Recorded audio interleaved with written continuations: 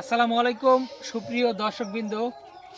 আজকে আমরা আপনাদেরকে যে গাছটি দেখাচ্ছি বা যে গাছটি নিয়ে কথা বলছি, এটি সেই গুয়াতিমালা হাইব্রিড গাছ। দর্শক, এই গাছটি আমি যদি আপনাদেরকে দেখাই যে আসলে আমাদের এই জারে আসলে কী করে, এখানে একটি ছোট জার আর এখানে আরেকটি বড় জার দেখেন, এদিকে থাক।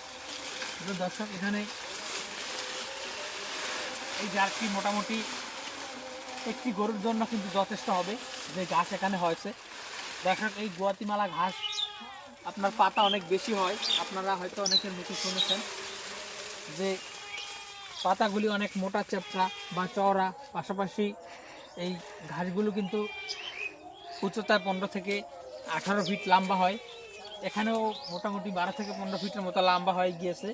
তো দর্শক, এখানে আরেকটি জার দেখেন, এটি মোটামুটি একটি ছোটোই জার, ছোটো জার, আর ওই জারটা একটু বড়, আগে পরে লাগানো হয়েছে, সে কারণে জারগুলো কিন্তু ছোট বড় হয়েছে। দেখেন, এই জারটি দেখেন, এখানেও এই জারটিতে যথেষ্ট পরিমাণে কাঁচা ঘাস কিন্তু রয়েছে। দেখেন, এখানে আরেকটি জার,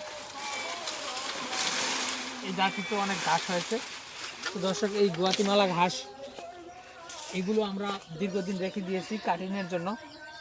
এখানে প্রতিটি গাছের গোড়ালিতে একটি করে কাটিং কিন্তু এখন বর্তমানে হয়েছে।